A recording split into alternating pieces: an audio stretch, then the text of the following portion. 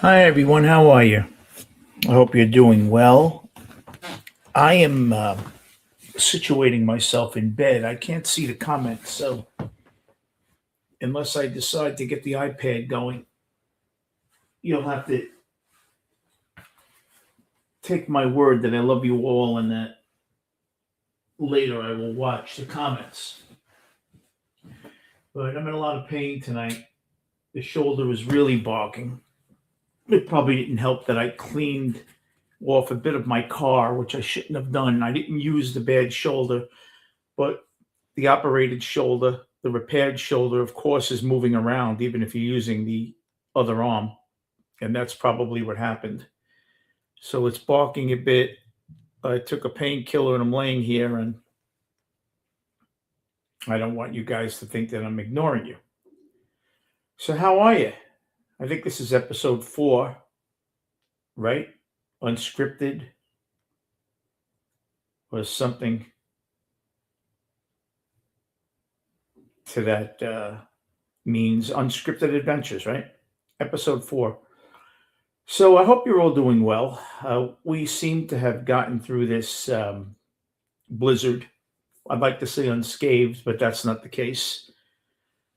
Many of us had a throwaway day today in our lives where we couldn't do anything. Maybe we went out and shoveled or assessed our cars and what it would mean to get them free. Hey, Mike, I have the iPad on so I could see some comments. How you doing, man? I hope you're doing well. Yeah, I'm not in front of the computer. I rigged it up. Well, the computer is in my bedroom and it's facing the doorway. Now my headboard is facing the doorway, which means I can't see the screen of the computer. So I moved the microphone to a trusty position and I'm laying down with a heating pad. So I have on delay the iPad where I can see comments, and I just saw yours. So I hope you weren't waiting long. And hi, G. Yeah, you could catch it on the replay. And I made it through the blizzard unscathed, although my shoulder's bothering me from doing some minimal clearing of my window and side windows on the car, my windshield. And I thought that I'd keep the Times Square snowy scene at least for one more night until we break it out next year for Christmas. And I'm going to keep this one actually because I do like this background. I found it, I think, yesterday or the day before, and I originated it. So we'll keep that. Oh, are you using heating pad? Yeah, my shoulder is really balking. You know what the problem at this point? This is yesterday was 5 weeks, I believe, that I had the surgery, and I'm not at the stage of rehab with weights yet. It's just passive stretching and everything in front of me. I can, but you're not supposed to put the arm behind you at all. The thing is, the shoulders feel so tired. Gee, my shoulders feel like I can't keep my head up, especially on the left side, the left shoulder, which was operated on. But it's such a tired feeling, achy, and that must be just remnants of the surgery. Friendly snowball fight in Times Square in Central Park was really cool to see. Yeah, Mike, Central Park. I've been in Central Park, not during a snowstorm, but I've gone, not for many years, but I went there years ago and it's beautiful. I remember, I think coming back from Las Vegas on the plane, it flies over where you see Central Park. And it was winter about 13 years ago. And I remember, oh, did it look beautiful? It looked white and unbelievable. You could see the snow in the trees, and what a scene. Yeah, Central Park is beautiful if they're not hiding in the bushes waiting to mug you. Calgary, Canada. How's the weather there, Mike? Have you had snow? I would think you have. But we're not used to it. I think we got about 20 inches here in Queens. I'm pretty sure we got 20. Maybe I could look at that now and see.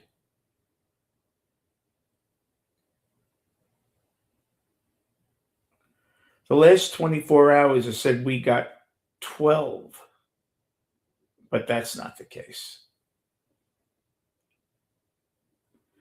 Yeah, Sunday we had 7.15 and then 12. So we had 19 and a half, I guess.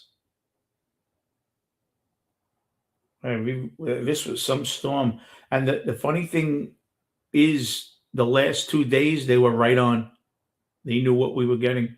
Last Monday or Tuesday, they said we were getting a big one. Then the snow prediction went down to like 1 to 3, 5 to 6, or whatever it was. And over the last 3 days, they knew from 12 to 14 to 20. And they were right on. Got about 20. That's a rough storm. Although it seems like we're handling it a lot better. Like I see the parking spots along the boulevard where I live here are clear, where the storm 3 weeks ago or a month ago, whatever it was miserable. So it seems like they learned a bit from the last storm. 28 inches, hey, Patty, at the Jersey Shore. Oh, my God. And you guys usually don't get all that. I thought you were supposed to get a lot less. Yeah, we did get your snow, Mike.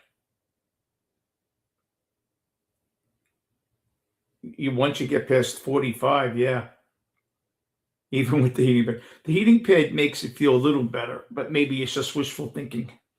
Don't know. But yeah, this was a bad storm. And I'm guessing that this winter so far, we've gotten about 33 inches or 34 inches, which is a lot. Because I think before the last storm, we had 3 to 5. So we've had a really troublesome winter. I know this is the coldest winter in like the last 50 years. I think as of about a week or two ago, we were averaging 5 degrees colder each day. Hey, Craig. So it was really bad. And this storm you just looked out the window. It was like 2 inches every hour. It was incredible. And it was pretty. Don't get me wrong. My car is snowed in the back. And it doesn't look quite as grueling as the storm last month. It doesn't seem that way. Maybe it's not as icy. It just doesn't seem as boulderous. Is that a word? Like the Titanic. That's what the iceberg looked like on my corner where my car was. And now it seems the snow seems a lot softer and a little wet. So I'm just waiting for them to plow out the entrance to my common driveway, which someone's going to have to do it. And then I'll try to get my car out. School was canceled today, and it was canceled for tomorrow. There's a big parking lot in my school, and I'm sure they didn't clear it yet. And that would have to be clear, So I would think Wednesday, school will be open. So I'm going to have to get there Wednesday and Thursday. I teach Wednesday and Thursday. So I'll have to get there. Worst comes to worst, I'll Uber it, which is probably $60. And then the person that I share a class with will drive me home. Yeah, global warming, right? You don't hear about that over the last few days. But 28 inches at the Jersey Shore, excuse me, that is incredible. 28. My God, that's a lot of snow. Once you get past the foot, it's a lot. And the first snowfall always is the most treacherous because we're not prepared for it. Now, like I said, it looks like they really were in front of this one, so it doesn't look quite as bad.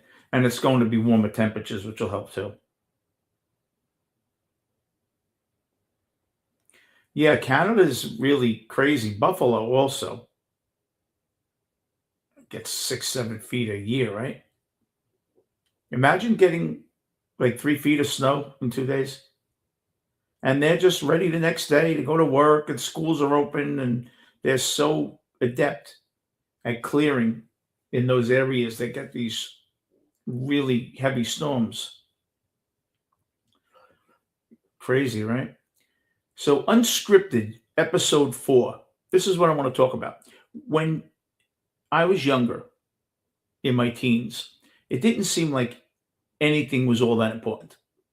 I'm being serious. Like, my father was sick since I was like 13 or 14. So, that I worried about. I had a definite worry that other guys my age didn't have. Twice my father almost died in my arms. Once I was about 14, and once I was about 23. So, imagine dealing with that as a young kid. And then, so that was something. Prices for things were a lot cheaper back then. I remember I worked at a candy store. I was making, at that time, in Bath Beach, Bay 25th and Cropsey, I was making about, it was I think a 12-hour shift or a 10-hour shift. And I'd make $30, $28, which was a lot back then. Because you got to remember, for a 14 or 15-year-old in 1975 or 6, $28 was like $140 now. It was just incredible buying power. A movie was a dollar and a quarter. Pizza, I think a Sicilian was a dollar or a dollar and a quarter. A slice was 75 cents. A Coke was like 35 cents. You went out with $5 and you were out the whole day. I remember an egg salad sandwich was $1.85. Grilled cheese and bacon like $1.55. Can you imagine? A grilled cheese and bacon now is $11. Coffee, I think, was about 20 cents or 25 cents. I'm trying to remember. It's 50 years. But I remember it was unbelievable. And the first job I got in that candy store, I moved there. I was turning 12. And, you find the candy store right around the corner from you because you're buying candy and stuff. And the first job I had, the luncheonette was open until about 10 p.m. Around 9:15, I'd go there. And the cook was cleaning the grill. My job would be I'd sweep and mop, fill the ketchup, take ones that were almost empty and fill them into almost full ones. The sugars, wipe down the counters, fill the syrups. Back then it was, soda fountain. Yeah, yeah, the Coke syrup and the whatever else the other syrup was. Fill those syrups to the top in the dispensers, the sugar, the ketchups, wipe down the tables, sweep and mop the floor. I learned the showcase where they'd have the cake and everything, the glass, always wipe it down and then dry it with paper, with newspaper because it didn't streak. I remember that. And I had this old guy, I'm probably 5 years older than him now. And ladies, corner off and cover your ears because this is a little risque. But this guy, George, was a bald cook. He looked like Kojak a bit. He was Greek. And he'd walk around when we were diddly daddling. And he'd say, "You guys work like I fucking, my blank has been dead for 10 years." He was funny. And, when you're 13, it's, it was crazy. And my God, I had a ball at that candy store. Now, I remember, a wise guy, his brother used to hang there. But the guy ended up being a wise guy that was there also. He was in his mid to late 40s. And I remember at 14 or 15, he'd get mad. I didn't buy anything. I'm reading the post, the news in the back for the sports. Hey, buy something. He's a pain in the ass, this guy. Ralph Spiro was Shorty Spiro's brother. And I thought he didn't like me. He probably didn't.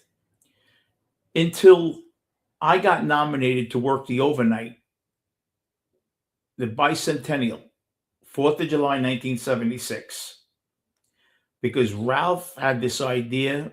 Shore Parkway was a block away, that everyone was going to come in the middle of the night to see all the boats. So I started working like 10 at night, and he stayed open all night, thinking that people were going to come in. Well, the only people that were there were me and him. I got to talk to him because we were there alone. And he wasn't so bad. And I remember after that day, he was a lot nicer to me. Now, his brother Shorty was always nice to me. But Ralph was a lot nicer. Maybe he got to know me a little over that 10-hour period. I remember telling him I thought you were older. Well, I told him, you must be like 48 or something. I did quick math. I figured he got married like at 23, and his son was like 25 or something. In fact, one of his sons was the guys in Gravano's book. Gravano used to come in there. Tommy Spiro Jr. That was Ralph's son. And Tommy had a perm, and he had a chocolate brown Mark Continental. Ralph had the big ass Continental, the mauve color, the pinkish. Yeah, I remember that. No, he had to be older because Shorty was Tommy was about 30. He had a brother, Matty, who was about 25. So, yeah, he was about 30, Tommy, 31 maybe. And, he loved the song, Oh, What a Night. That had come out in 76, I think. September 63. Loved that song. He used to play it all day. I'm just trying to get to some of the, prices. I used to get, what were they called? Those watermelon candies, 3 for 5 cents. I think Bazooka was 3 for a nickel. Yeah, everything was cheap. I remember my father bought a 1973 Maverick. It was $3,400. Jolly Rancher, yeah, $3,400. The Maverick was. My grandfather got a Javelin. Can you imagine? Fucking 58-year-old guy. Javelin. I remember my first new car was a 1984 300ZX. I paid $17,100 for it. The new Mustang GT convertible had come out that year. I wanted that. I got a candy apple red 300ZX. I wanted the GT, but it was 6 months out. People ordered it. You couldn't get it, so I took the 300ZX instead. I liked it. T-top, black interior. It was gorgeous. I really liked it a lot. That was my first new car. And boy, I think I polished it every 3 hours. Hey, G. So, I tell you though, a 74 Gran Torino. Well, the first car I used of my parents had a 1979 Cutlass Supreme Brougham. And then I went with the Cutlass Supremes for a while. I had in 88 a Cutlass Supreme. Then I bought the Cutlass Supreme International in 89. That was a nice car. It was a zooped up Cutlass Supreme. And I had a Monty. I had a Buick LeSabre. I had a Grand Cherokee Jeep. Now I have a 2-year-old. I lease a Nissan Altima and I have a BMW. That's 4 years old. And then I have a car that sits in the driveway. Has 44,000 miles on it. It's 8 years old. A Ford Fusion. It just sits in the back. No one uses it. And it rides better than my Altima. I love that car. The Ford Fusion. Listen to this, Craig, how I got this Ford Fusion. My friend owned Rhea Ford up in Monticello. He since has passed away, Joe. About 6 years ago, passed away. A good guy. And they used to get used cars. So he said he had this car coming in uh, from Canada, a Ford Fusion, right? And he said there was 23,000 miles on it. Take care, G. Good seeing you. It ended up, it was metric. So it had like half the miles on it than that they thought. But because he had already told me about it, and because I knew Joe pretty well through another friend, Joe was like in the 70s, I got the car for that price. Gray Ford Fusion, black interior. I love it. It still rides amazing. It really rides good. It rides better than my Altima. I'm being serious. Now they keep on calling me because my lease is up in a few months and they're looking to get cars back early. So they've been calling me to bring my car back to lease another one. So I'm going to lease, I think I'm going to get a Lexus, an SUV though. I'm not going to take from Nissan again. But I'm going to bring it back right after the bad weather, a couple of months, maybe April. I'll trade this in and get a new one. And it's good because until I decide, I have the Fusion. The BMW is really my son's car, but he never uses it. But I love it. I love it. The sound system's amazing. And I remember bringing one of my cars to the sound place after I had the BMW using it. And I said, I want this car to sound like that car. He goes, it has its own, it's a $3,000 stereo in the BMW. It has its own transformer in the back, its own amp in the trunk. I said, oh, that's why.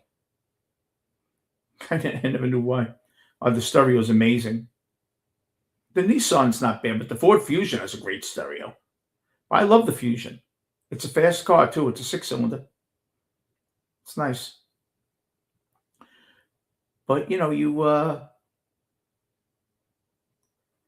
live and learn. I've had a lot of different cars. And to be honest with you, I go back, and one of my favorite cars was my black on black Cutlass Supreme International, 1990. It was a sharp car. I loved it. The interior was like a grayish black. The cloth seats, bucket. Oh, it was nice. I had the Buick Regal, the white one with gray interior, leather interior. It was okay. I had a Monte Carlo, 1997, a greenish one. I had that car for all of 2 months. My father had passed away in 96. My mother, I got her into a over 55 community in Long Island to be closer to my late sister Nancy in Lindenhurst, right off Sunrise Highway. Got her out of Brooklyn. And my sister Nancy called me. Mommy broke down on the highway. The next day, I gave her my car. Brand new car. I had the car all of about 6 months. I gave it a Monte Carlo. And that's when I went and got the Buick LeSabre. I didn't want her in a car that was not dependable, so I gave her a new one. I had a Calais, Patty, 1983, a white Calais with green accents, the green trunk, green hood. Yeah. I had the Cutlass Calais, 1983. before I bought the 300ZX. I liked the Calais. It was a step under the Cutlass Supreme. It was nice though. The I believe the reason why I got the new car was head gasket went, and it was going to be like an $800 job. Back then, it was going to be like $800. Dr. Bob's on Coney Island Avenue, and I said, screw this, and I went and got a new car. But I liked the Calais. Yeah, it was white, green hood, and like a rag top.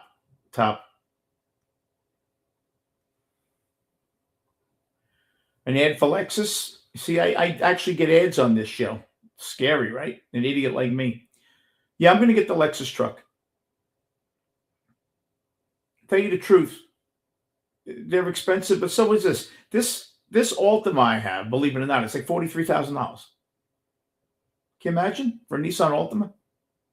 Well, I leased it. I didn't buy it, but so for another 100, I'll get a Lexus. I'll have to see what the car insurance is, though. I haven't had an SUV in a long time, but I'm looking for one now. Brand new. Yeah, I'm going to get a brand new one. I'll get a probably 26, I guess, if they're out. I want a black one. I love black cars.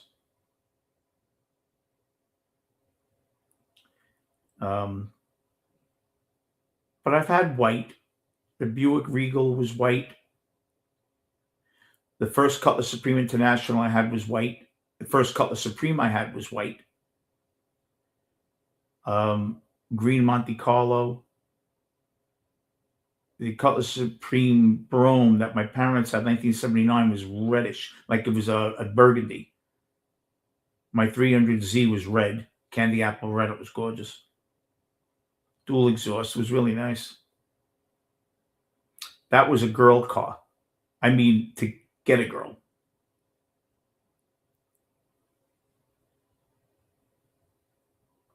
But cars are expensive now. Mitch was looking for a used car, and they're just so expensive.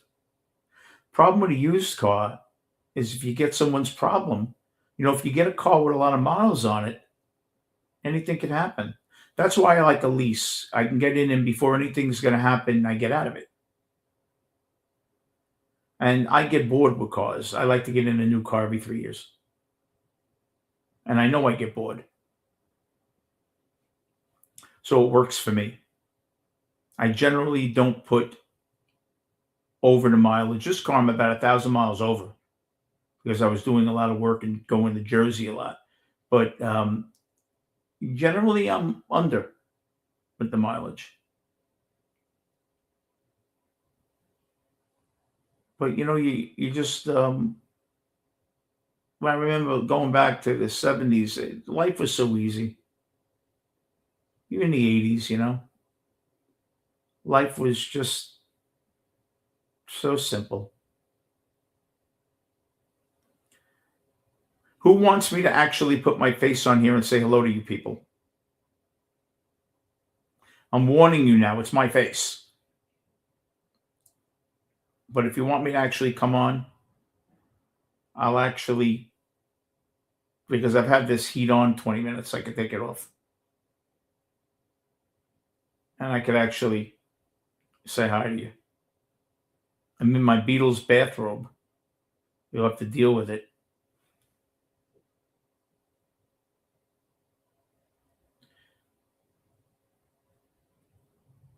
Patty, I appreciate that. I owe you a super chat. I just got to the late messages. I didn't see the scrolling arrow. White with blue vinyl half roof and blue cloth. Yeah, mine was a greenish cloth. It was a nice car. Eddie Bauer Expedition. Oh, you know what I also had? I had a Build Blast Continental. It was old. It was like 8 years old. It was white and that dark blue. It was like 8 years old and 9 years old and had probably 80,000 miles on it. I bought it from a friend of mine. That was it was a big ass car.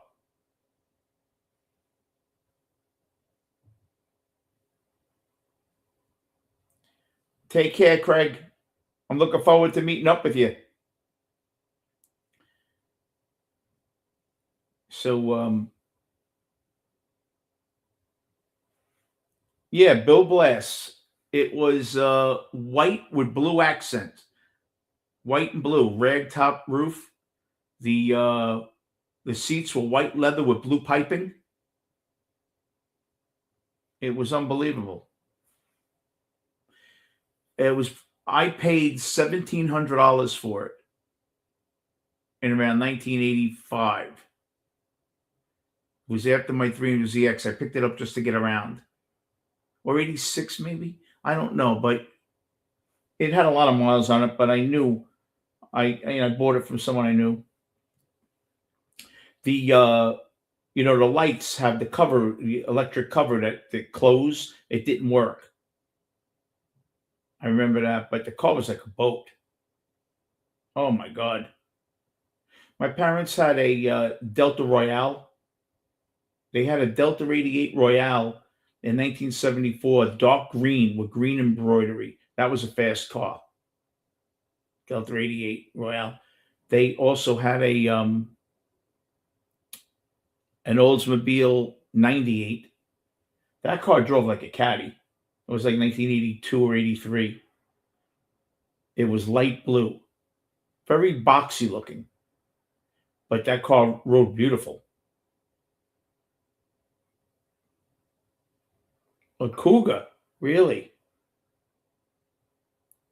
My friend Freddie had a couple of Corvettes. I never was into that. Well, I got the 300Z, but I was never into those cars. I never thought about cars all that much. Although, yeah, I went for the 300Z because everybody was talking about that and the Mustang GT. So I treated myself. I think I put my band was making money at the time. I think I put about $2,500 down, $3,000 down. I paid about $290 a month, I think. And it was fun. I bought it, Bay Ridge Nissan. I think Datsun had just changed maybe to Nissan.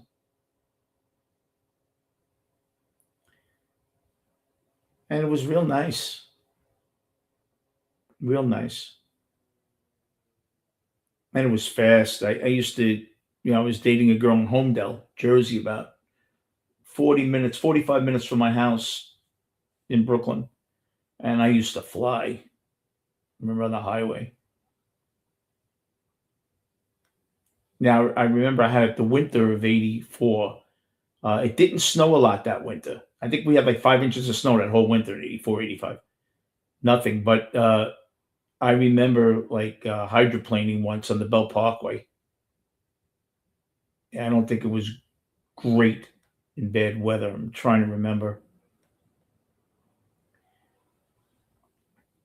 But it was, back then, you had cars to worry about, maybe a girl you wanted to date, and if you had enough money to go out. That was about it. But I did have the extra little burden of my dad being ill. So I was nervous about that. Now that I think back, I realize how much that affected me, probably. Little PTSD there. But yeah, it was what it was. I learned to live with it. People had it a lot worse than I did. I had a couple of friends that didn't have fathers at that age. Imagine 13, 14. That's rough. That it must be. I don't know what it's like, but it must be terrible. I remember going to my friend Randy, who has passed. Good guy. He was about 15, and his father, Norman, was about 38, and he died. He picked up an air conditioner, just sat on the bed and died. I remember going to his house, as kids, and he was laughing and everything because that's what you do. You're in shock. And that was the youngest I ever saw. I didn't know the man. I met him once or twice, but that's when I realized, and I saw how he faltered after that. He was just he wasn't the same kid. I don't know if I saw it. Yeah, Bill Blass, the designer, Patty. I think it was 1979. Bill Blass Continental. I wonder how much that car was new. This one was beat up a lot, and it was all over the place, like in the snow. Oh my God. It was a very loose ride. It was comfortable though. Yeah, I don't remember how much. Gas was 80 cents a gallon back then. Yeah, I don't remember how much it cost or anything. You didn't have to worry about money back then.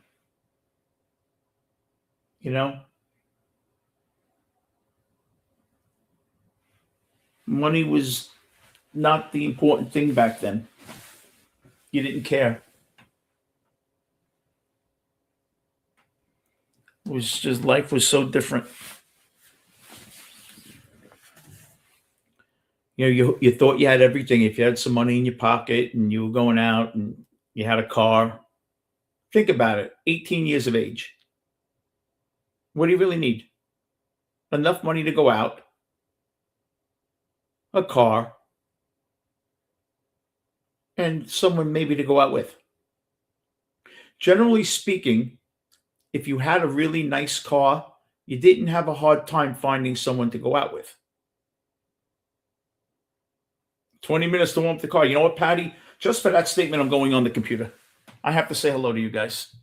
Let me move the mic and I'll come on and say hi. Let me not knock this over. I'll do it the right way because I repositioned everything. Well, let's make sure I don't screw this all up. Okay. So far, so good. Hopefully you still hear me. And voila, here I am. How are you, everybody? I hope you're all doing well. 20 minutes to warm up the car. Yeah, I remember that. It was crazy. It really was. I remember that. The face of reason. That's pretty scary if this is the face of reason. The face of impending doom. But hi, Patty. Thank you. You always have a kind word, and thank you so much. So, yeah, warming up your car. Just things were so different. Things were really so different back then. I think back, not even the 70s, 'cause I was a teen in my 70s. I didn't have a lot of cool stuff in the 70s. In the 80s, in the 80s, I was in my 20s. I was a bouncer in one of the biggest clubs in Manhattan. I used to hang out with the Mets. I played ball on Al Pacino's softball team, not on his team. We played against them. So I had a lot of fun. I knew actors and actresses that used to come into the club. I was very friendly with Elizabeth Shue. I think I showed you guys Lizzie's picture. I got her in my car with you remember the disc cameras, the little Vivitar disc? And I told her I was going to sell this. That's her in my car. And then that's her when she was a little older. So yeah, I remember I used to go to Orange Julius with her all the time. She also liked Great Papaya, but we used to go to Orange Julius. So it was a great time though. The 80s, my God, I felt like king of the world in the 80s. And she was amazing. Patty, I was talking to her while she's married to Davis Guggenheim, one of the heirs to the Guggenheim Museum. That's his family. And he used to direct for HBO, Battle of the Stars and stuff like that in Hawaii. And what she did when she was looking into that role, she'd go to Sunset with him and pay a prostitute like $200 for an hour to sit in a diner, take her to a diner or a restaurant and talk to her. She did that on many occasions till she had about 30 hours worth of intel from different prostitutes on their life and what they do. That's what she did. Yeah, it was interesting.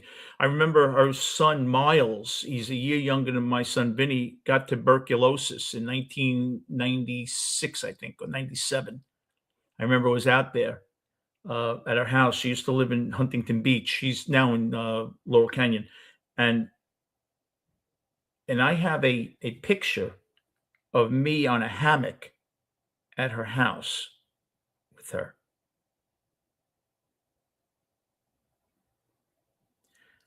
Well, I'll show you something good that you'll like. Let me get it.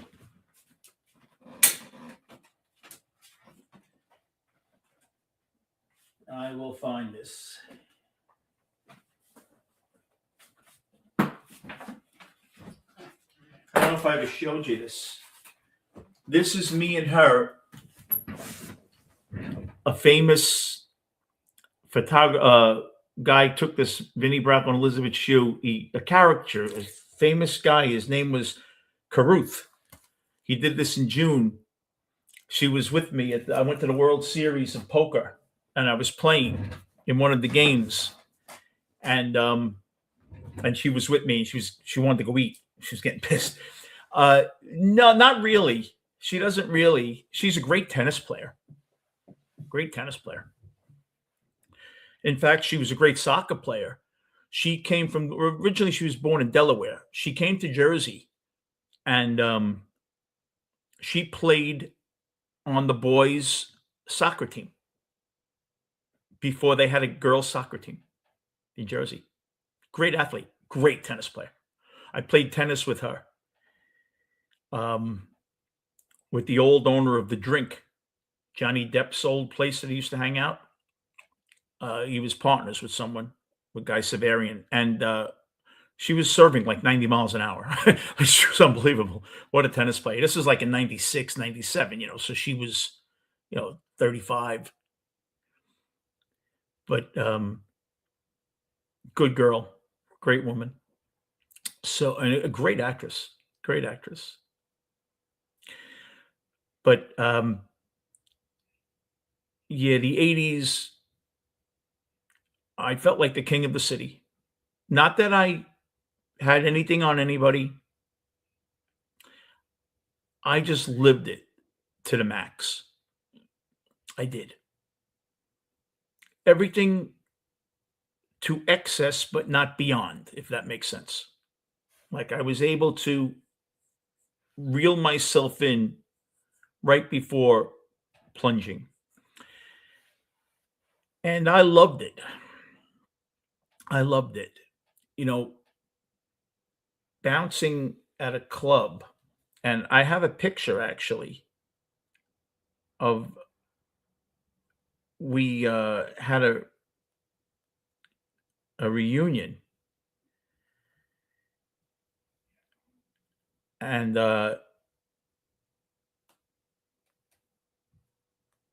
this is me in my shout jacket. That was my shout jacket hung up.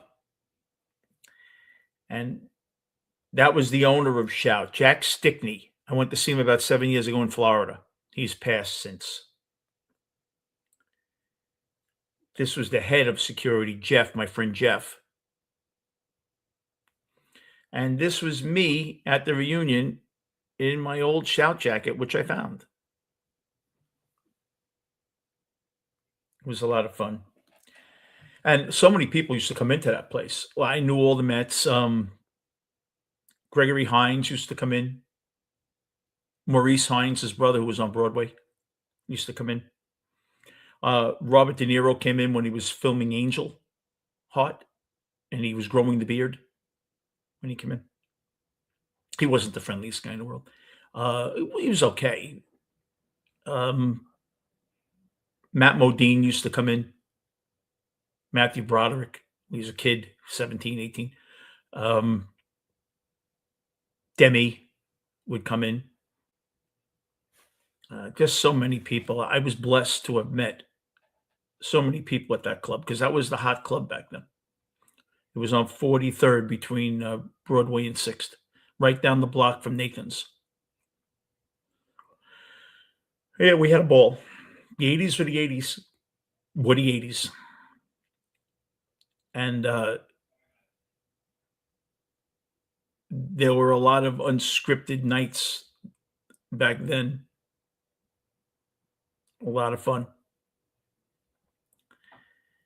And the great thing about it was I did learn from it, but I didn't learn back then. I learned 40 years later. See, you have to remember something. You were in the minority. Now, I'll say this again, and I'll say it very slow because I can't believe I'm saying it. It's like that song, God is a Concept. Let me say it again. Like John Lennon can't even believe he's saying it. He says it again. Yeah, Mike. No, I had an eventful life, Mike. I did.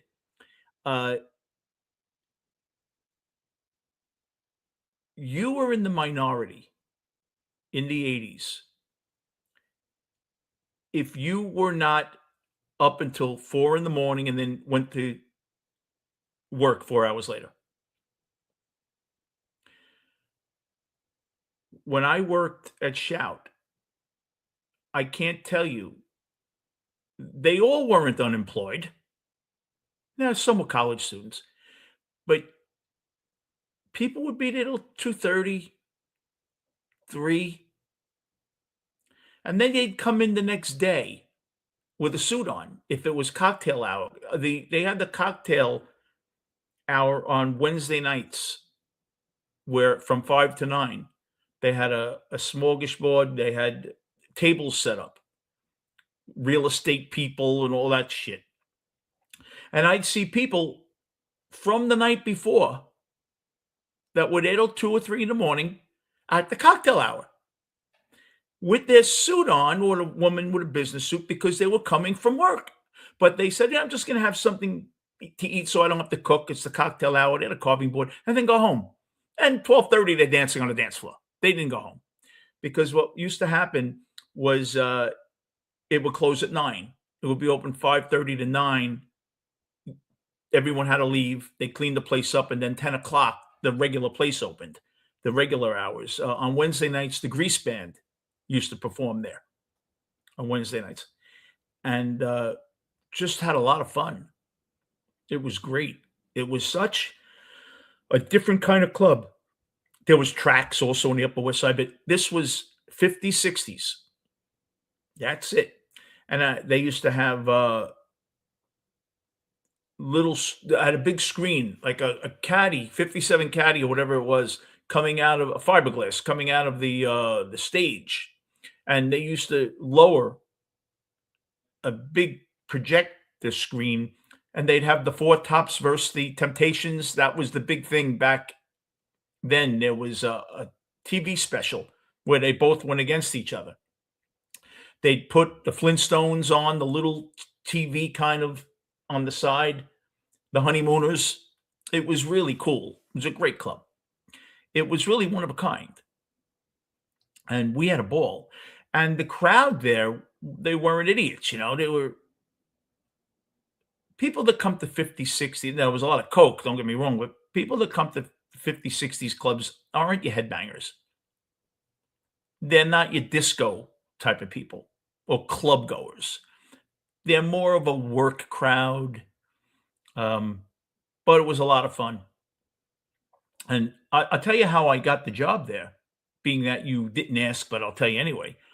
I was with my friend Robert, who was a casino junket guy, and he had heard of this club Shout from one of the younger people he dealt with. So we go there on a miserable night, and it's empty. So we're walking out, and he goes, "You want me to get a limo? We'll go to Atlantic City." He used to get a limo for nothing. I said, "Yeah." It was like 11 o'clock at night. So we took a limo to Atlantic City. So I said to the guy, I thought it was busy tonight. It's supposed to be a real hot. He goes, "Yeah, but the weather's not great, this and that." I goes, he said, "You got to come here. There's all girls." I said, "I'd work here for nothing." He goes, "You want a job?"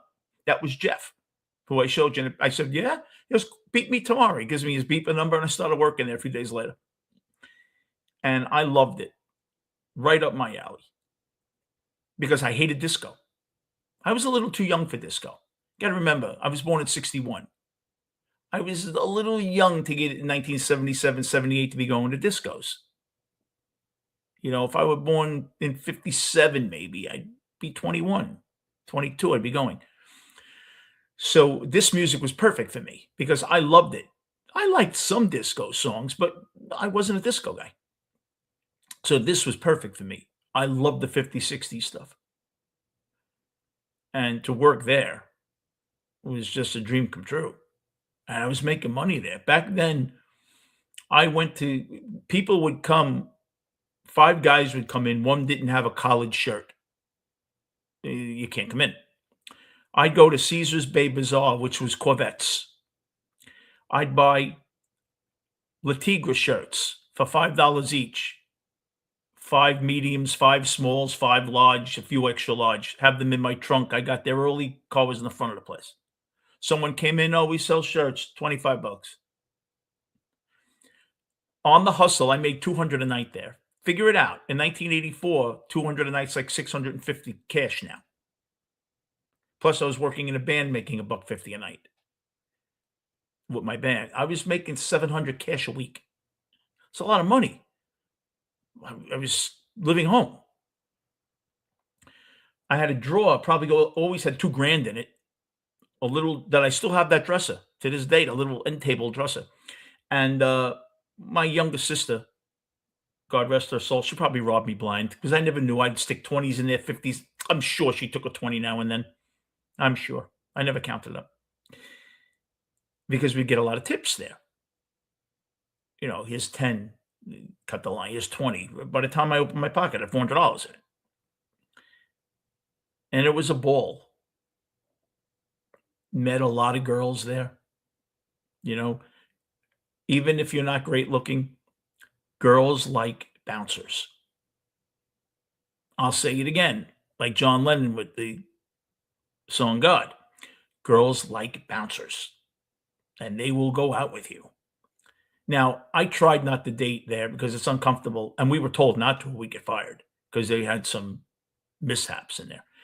But you could work your way around it. And oh God, did I have a ball? Absolute ball. That's something I don't regret, man. I don't regret it.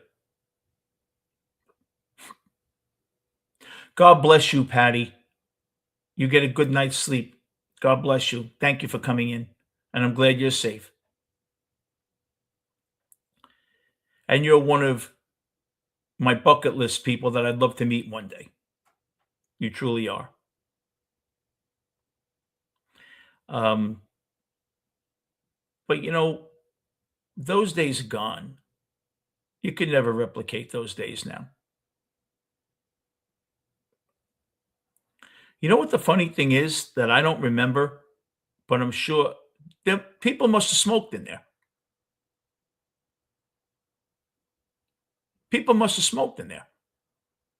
I don't remember, but I'm sure they did. They must have. When did the smoking ban? 2003? I remember Le Cirque, the French restaurant. They had a tour bus that used to circle the block every 20 minutes for people that were in the restaurant eating and wanted to take a smoke break. Every 20 minutes, the bus would go around, and it took them like 20 minutes to get back around. That was a good restaurant, Le Cirque. So, yeah, but there was nothing like the '80s. Look, even it's canonized. Look, some of the greatest movies of all time now, cultural phenomenons that were from the 80s. Back to the Future, Beetlejuice, right? All those great movies. And we took for granted that it was our 60s, but the 80s was a decade of causes, benefit concerts, trilogies, Rocky, Indiana Jones, all the Rambo, and it was a decade that Sony Walkman, and there was so much. Everyone had money because of Reaganomics. It was just a crazy, crazy time. It was bright. It was colorful. It was like this screensaver here. Everything was bright red and bright orange and leg warmers for the girls. Remember that? Leg warmers, and girls would wear turtlenecks with the nameplate hanging over, jewelry, right? Crazy. I had Reebok soft leather high top sneakers. You know how I got them? My first night of work at Shout, I didn't know you couldn't wear sneakers. And when I got there, he goes, "You have to have black shoes on." I went to Floorshine on Fifth Avenue. They were $60. I bought black soft leather Reeboks, high tops at the strap. My first pair of Reeboks. Probably be $9,000 now for a pair. I remember that. They were soft, very soft. They like dancer shoes. Life was easy. And we loved every minute of it. Usually you don't appreciate things until they're gone, and then you're laying in bed with the oxygen mask saying, "Oh, remember then, 100 years ago?"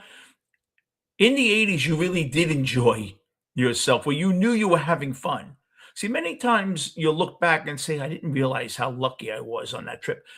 Now you look back and say, "Yeah, I know. I realized that night I was having a good time." You just had a good time. Every night was New Year's Eve. It was one of the few decades, if you remember it, where every night could be New Year's Eve. I remember at Shout at midnight, the song "Hot, Hot, Hot" by Buster Poindexter, and a net of balloons would come down from the ceiling at midnight. It was like New Year's Eve. I'm getting tingly talking about it. It was just incredible. And we were young. As John Cusack would say in Hot Tub Time Machine, we had momentum. We were winning. And we were winning. America was winning. We were a couple of years out of the Cold War ending. The wall came down a few years later. We were kings of the world. You could walk up to your rooftop, you look down, and you thought you were the king of the universe. Though many nights might have been a little cocaine infused, but yeah, I thought that. Hey, BJ, how are you? Uh, I thought that. Wow, how the hell is anything going to get better than this? Really? Every night was a Saturday night. That's what it was, BJ. Life was simple back then. Things weren't things could be expensive, but they weren't unattainable, right? If you worked hard, you could probably buy a house. You'd have to scrimp and save a bit. Now you buy a shack, it's $1 million now. You, things are just unattainable now. Back then, things weren't. The only thing that you thought was unattainable was the blonde you were trying to pick up for 3 weeks. That was it. Everything else was attainable. You might have to work hard and you might not want to put the effort in. And that's why it wasn't attainable for you. But if it wasn't for lack of effort, you were pretty much assured you can get to wherever you wanted to go. Things were affordable. You could pick up a used car for $700. You ran it to the ground, gas was 80 cents. An alternator was $1.25, brakes for $35, an oil change was $12.95. You could afford to live. Now forget about it. You can't buy a used car now. If your fuel pump goes, it's $900. You ruin a rim on a pothole. The rim is 250. The tire is a buck 80. Who has money for all that?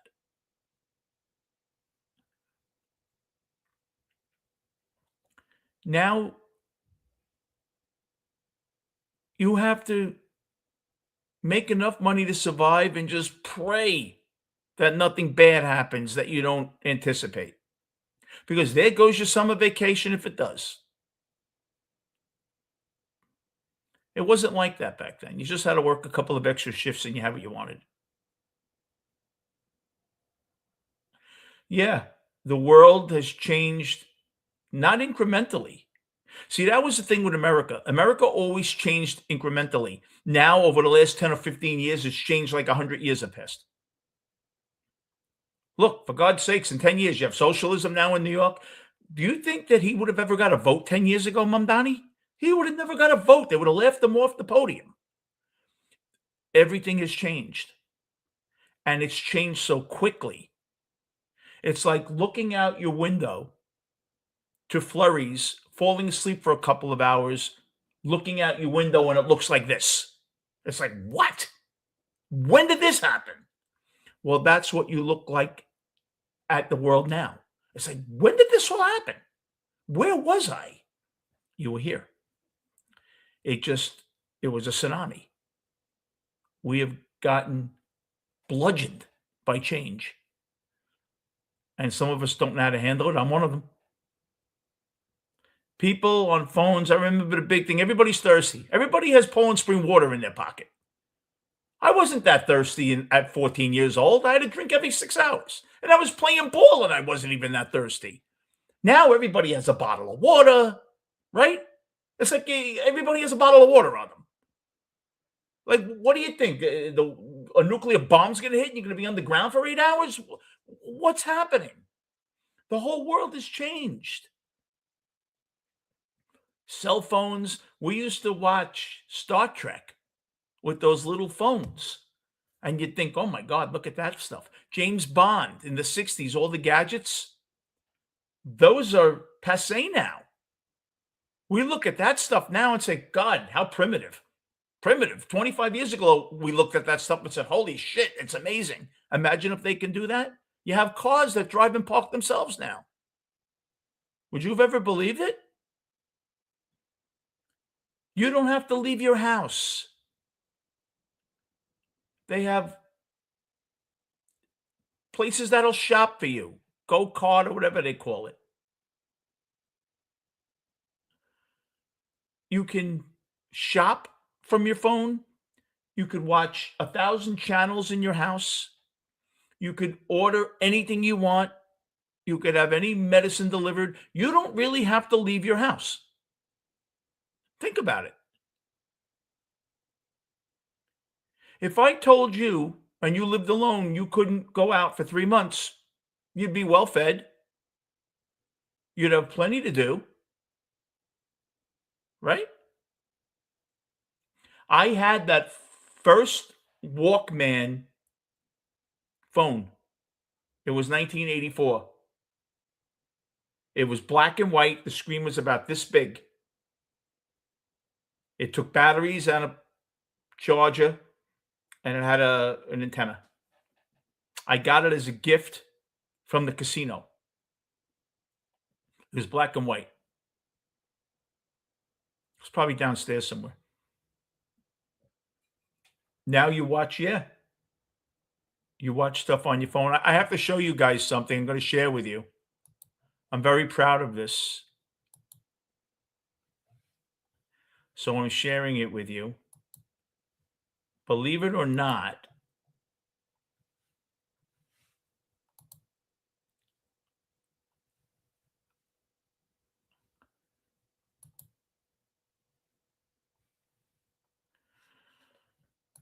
uh,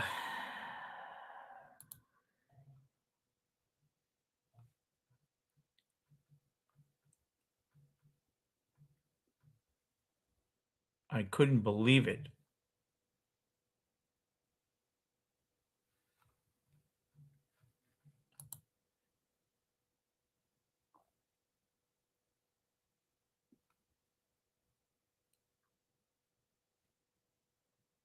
Let's see.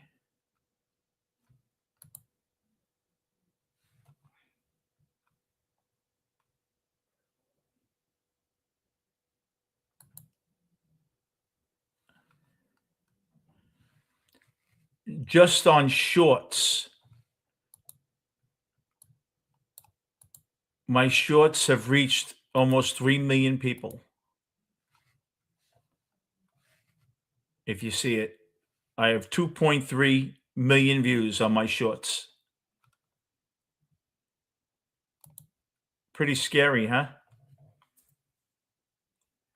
Well, BJ, it was about 14 inches big by about 5 inches. It had a little black and white screen about 4 inches by 3 inches. Had the big speaker on the bottom, a fake plastic kind of leather case, and yeah, it was a small little television. You only got channel 2, 4, your locals. Oh, the Walkman was big in the 80s. Then the Discman came out in the 90s. No, in the late 80s or early 90s, the Discman came out. In the mid 80s, the big little cassette deck was Iowa, AIWA. They're expensive. Uh, but yeah, the 80s, a lot of the tech stuff. That's why that decade is looked back at. They look back at that with reverence because a lot of stuff was invented in the 80s. The Quotron and Courier machines I used when I first started at Merrill Lynch in 1981. They had the Quotron and Courier. Um, your first primitive Mac computer. It does, yeah, it is like the iPhone now. Incredible.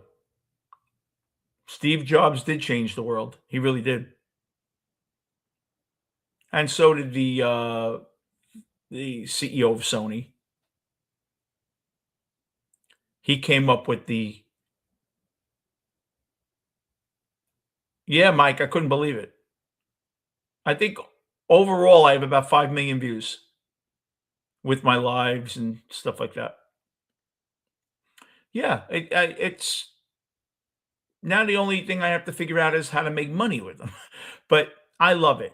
I love getting out to people with my music. I don't care about making the money. I just want I get comments, "Thank you, Vin. Oh, it was my husband's anniversary. I miss him." That's all I want. To reach people, I enjoy that. I enjoy that. Thanks, Mike. Yeah, I just want to reach people with the music, something that they haven't heard in a long time. Oh shit, I remember I used to listen to that, and then for like 3 days, incessantly, they'll listen to it again. Bring them back to a happy time, even if it brings them back to a bad memory. Maybe it'll help them to get past the bad memory.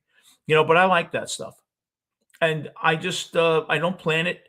Whatever comes to my mind, I'll sit here at the computer and I'll just say, "All right, come up with five," and I'll come up with them. Usually, I'll put a Beatle in there, an Elvis, and then whatever comes to my mind. If you notice, a lot of '80s stuff, some '60s. I got to start branching out to the '90s and 2000s. But you know what it is? I really don't know much about music in those decades. I could put Grande up or Timberlake or Beyonce and all that. Uh, I think, does it sound weird for a 60-something-year-old guy to be putting up Cardi, right? I don't want to try to be younger than I am. And I'm trying to get to people fairly my age, like between 45 and 200, you know? But I'm glad you enjoy it, Mike. And Mike, I want you to come. When are you coming on? You got to come on and just hang out. I really want you to come on and just hang out. Um, but yeah, now tonight, I'm not tired. I'm well wired. So, and by the way, I'm growing the hair out. Believe it or not, it's a little thin here, but it still grows. And I'm going to let it grow for a few months and see what happens. But I am going to probably watch About Last Night. I love that movie. Demi and Rob Lowe, great movie. Depicts dating in the '80s perfectly.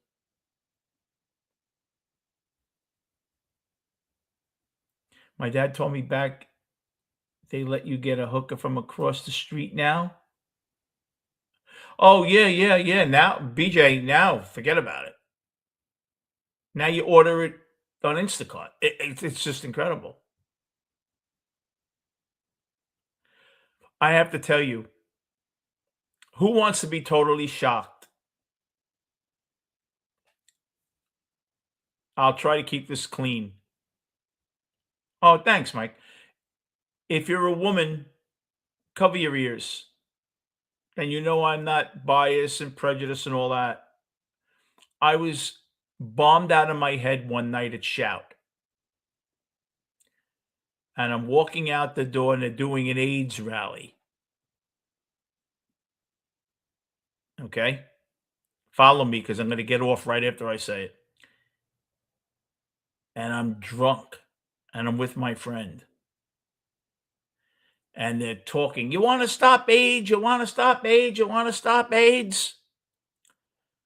I'm going, yeah, yeah, yeah. And there's like 250 people out there, and there's a guy with a megaphone. They grabbed me. You want to talk? Oh, no, yeah, yeah, yeah, yeah. All right. Fucking fine. You want to stop AIDS? Yeah. You want to stop AIDS? Yeah.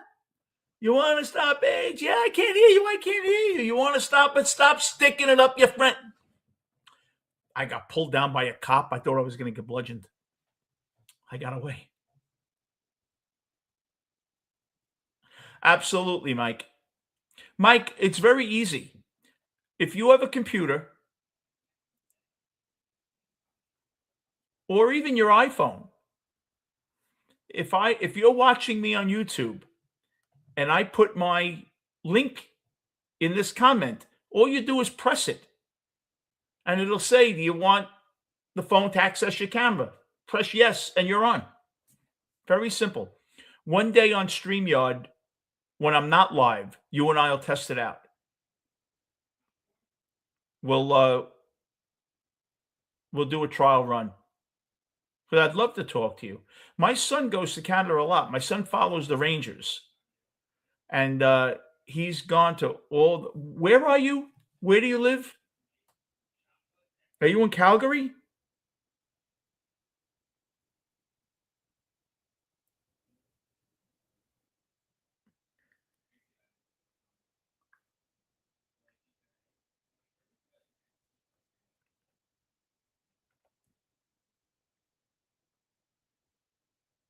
What part of Canada are you in, Mike? I forget. I'm sorry.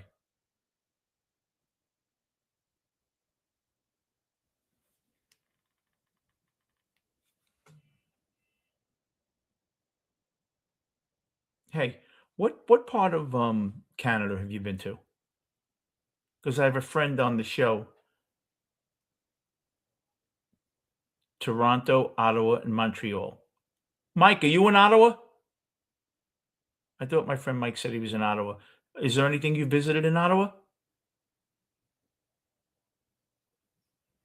Elgin Street Diner, Parliament.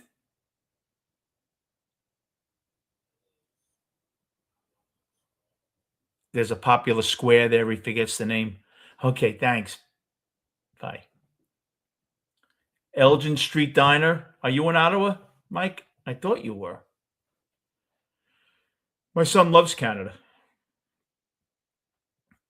So, everyone, thank you so much for coming in tonight.